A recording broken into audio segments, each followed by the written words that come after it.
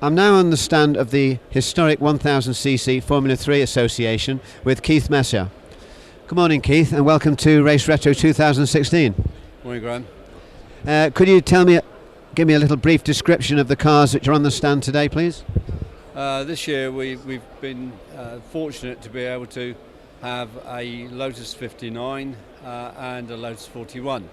The Lotus 59 is the ex-Emerson Fittipaldi 59, which he won the 1969 championship in. And this car is just as it finished its last race. It has never been restored and has just been sensitively cleaned up to come here. It's a beautiful example of an original Lotus 59. The other car is Lotus 41, and this is the ex-Derek Bell Lotus 41. It was his first Formula 3 car that he raced. He didn't do many races in it, but it started his career. So you run with the Historic Sports Car Club, but your association's separate to that, is that correct? So how did it come about? It's a very long story. I'll try and keep it as short as possible. I've been interested in Formula 3 since I watched them in period and considered trying to do it myself in the latter ends of it, but it wasn't practical. Then we have some French colleagues who have a similar association, and we met up with them, and I asked the question, what's it going to take for this to take off? And they said someone in England's got to get behind and do it. And that was the key. Some 9 years ago we decided to set up the association to promote the use of the cars, to provide a contact point for information, to provide sources of components for cars, and generally build a community, which is what we've done.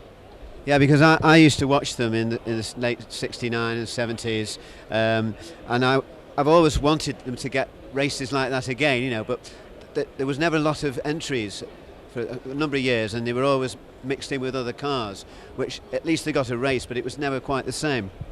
That's very true. They had a category in France, a real championship, which was going very strongly, but they let it get into a development formula, so the cars were no longer historic and then got very expensive. In UK, the HSCC, Historic Sports Car Club, ran a race championship for classic racing cars, which these had a class in. But of course most people who drive want to be able to win, and these cars could never win a classic racing car race. Well, maybe now, so we got the group together, and through helping people, supporting people, we got enough cars out, and HSCC put on a couple of tester events for us under the Peter Hansen Trophy title, which we got quite good grids for. So that gave us the encouragement to develop and talk with HSCC, and we now have a 6-race championship with them, including a race at Zandvoort this year, and Brands Hatch Super Prix and all those things. So, and we can now, at the good meetings, we can have grids of around 30. Still not quite enough. We need to find some more of these cars out in barns and get them back on the circuits, and then we can put full grids out every time we come out. Last year you had an old car in this position. Was it a Techno, was it, or a Titan? Titan. Where's that now? Is that being rebuilt, or? Well, unfortunately, I don't think it is. They are still talking about it, and maybe that will happen, but I'm doubtful. But this Lotus 59 will never be sold. No. This is a collector's car. So, what about the Classic at Silverstone? Do you think you'll be able to get no? No, unfortunately for the Classic, the grid at Silverstone is 55 cars. If we take that, then the entry fees goes through the roof, because we would put on, I think, 35 cars there, but still not sufficient.